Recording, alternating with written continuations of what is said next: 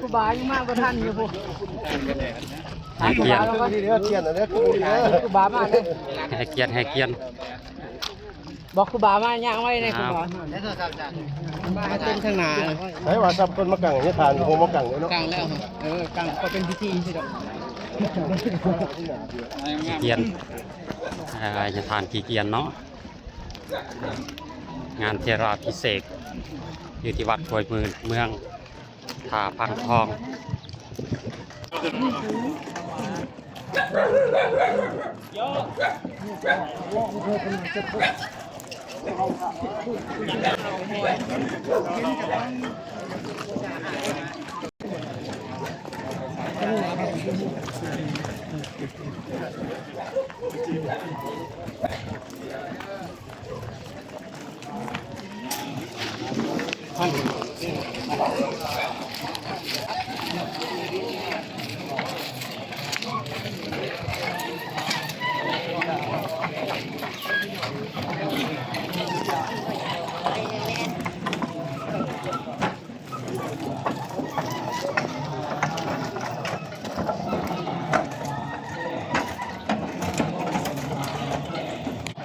เราจะทานบุญโอเค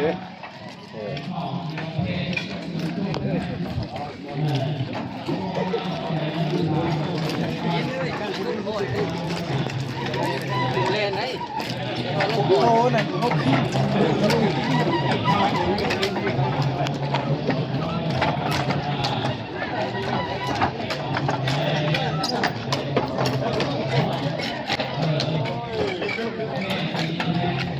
ว่าไม่ได้เติมนี่เหรอเนาะเติมแต่ว่าเติมไม่ใช่แห้งโอ้ยาวหัวเลย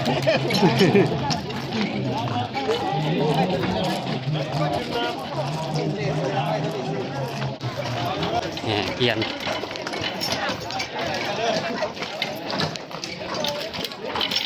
บุญเทราพิเศษที่วัดห้วยมืนเมืองท่าพังทองแข้งสวรรณเขตแห่พ่อแม่ครูบาอาจารย์ด้วยสายเกียรติและผู้หานประธาน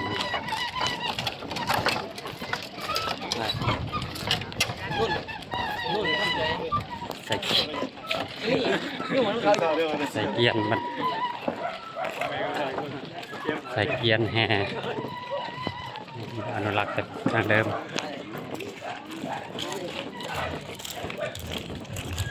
จะถ่ายบรรยากาศมอบให้เบิ่งแต่ละจูแต่ละบอลถ้าเป็นอะไรท่านผู้ชมนะครับชมน้ำกันบรรยากาศมอง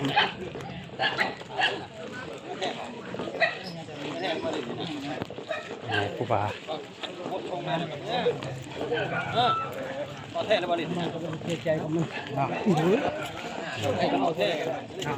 แห่หอมวัดหาก็ได้หอบหนึ่งหอบหนึ่ง ชอบเลยครับ 3 หอบที่นี่เนาะ หอมในหอมใน เข้าในเลย นึ่งหอมนอก อันนี้หอมนอก หอบนอกหอบในเนาะถ่ายบรรยากาศแห่แบบบูฮานใส่เกียร์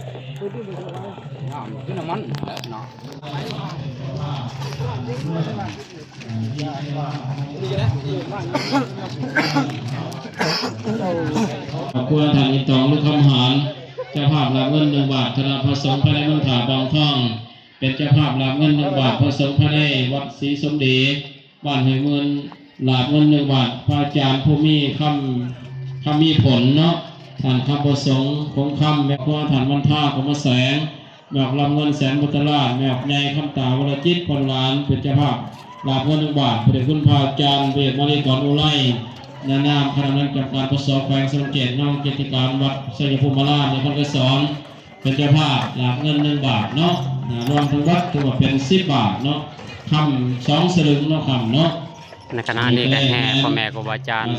เพื่อที่จะไปหดสงฆ์อยู่ที่วัด หรือว่าอยู่หอฮดโฮมอันนี้ก็คือบวนแห่ขบวนแห่ ทั้งนี้อะไรทั้งนาซิมหน่อยเด้อทั้งนาซิมเนาะนิมนต์นอนนั่งนาซิมหน่อยเนาะพ่อเนาะสำหรับเนาะพิธีบวนแห่เด้อนี่เด้อ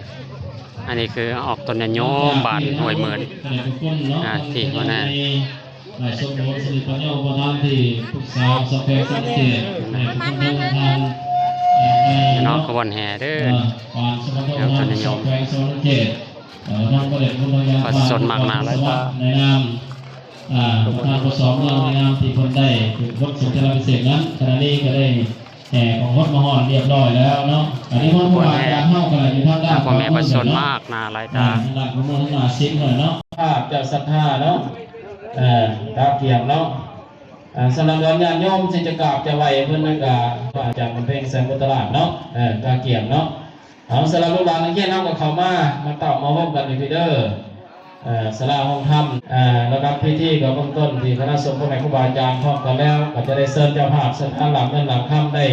ให้เกียรติออกไปถวายต่อหน้าพระเดชพระคุณเจ้าท่านใหญ่ลุงกรพุทธสวัสดิ์ในนามประธานประสอบเมืองเซโกเท่าในนามที่เพิ่นได้ถึงพุทธสมเทรพิเศษทั้งจากสู่หอพุทธสงฆ์และคณะสงฆ์ครูบาอาจารย์ตั้งหน้าคือเลขาผักบ้านในบ้านพร้อมด้วยพ่อแม่ประสนบ้านหอยมื่นเนาะเจริญพรเสริญทั้งฐานเลขาสาธุเด้อสาธุสาธุสาธุอนุสาธุเนาะต่อหน้าพระเดชพระคุณประธานเอาขออนุญาตลูกหลานนั่งลงเด้อเจริญพรเอาขออนุโมทนาเด้อสาธุเด้อนำขอบเนาะเอาสาธุสาธุสาธุอนุโมทนากันหน่อยเนาะอันนี้เพิ่นบริมาเนาะเอาต่อไปก็น้องในนามประธานอบสเมืองขาบางทองในขณะนี้เนาะสาธุสาธุสาธุสาธุอนุโมทามิสาธุเอาต่อไปก็นโมทนาสาธุนโมทามิสาธุเอาขอนโมทนาแสดงความขอบใจนำทางการนำของเมืองเนาะโดยสปอร์ตนำหนาพาทางโดยทางผ่านวัดศรีสมดีบ้านหอยเมืองได้ความเมตตาออกถวายหลักเงิน1 บาทคนไหนเขากราบนิมนต์ทั้งบริพุทธพระอาจารย์มันเพ่งเนาะแสนบุตรลาดโดยอนุโมทามิสาธุเอาต่อไปก็การนิมนต์พระเดชพุทธญาณทั้งหมด1 ล้านกีบหย่องเสียงสาธุการน้ำปารมีหย่องเด้อบุญน้ำยาทานสาธุสาธุสาธุอนุโมทามิสาธุเอาต่อไปกราบนิมนต์ทั้งพระอาจารย์ผู้มีคำมีผลอนุโมทามิสาธุทั้งครอบครัวทั้งทานหลาบเงิน1 บาทนะอนุโมทนาเด้อเสียงสาธุการบอกเอาสาธุสาธุสาธุอนุโมทามิสาธุเอาก็สำหรับเจ้าภาพเจ้าศรัทธาเนาะที่ได้เป็นเจ้าภาพถวายหลับเงินหลับคำที่ทั้งพระอาจารย์ได้ประกาศและสื่อนามไปเนาะก็แล้วสำเร็จ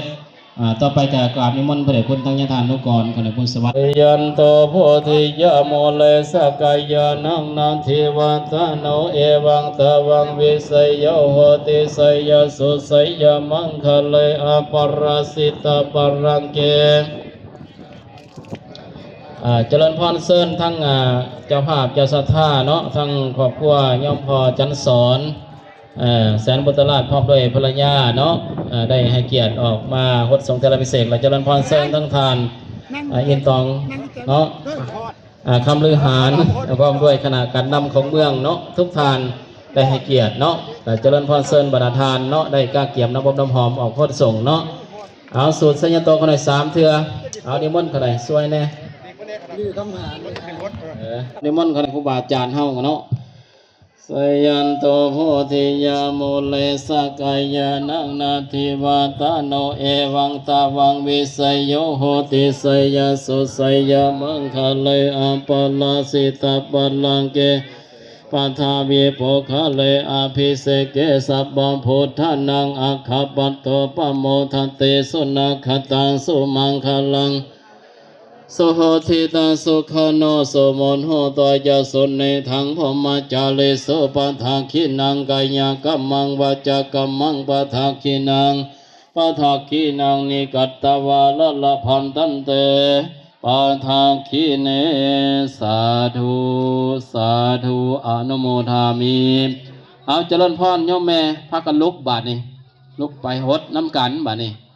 มีเว้าภาษาทางกามสิบุเข้าเจอไปลุกบาดนี่ไปลุกเอาน้ำนะอธิษฐานญาติโยมลูกหลานจากนครหลวงเวียงจันทร์สวรรณเขตศรัทธาญาติโยมเนาะ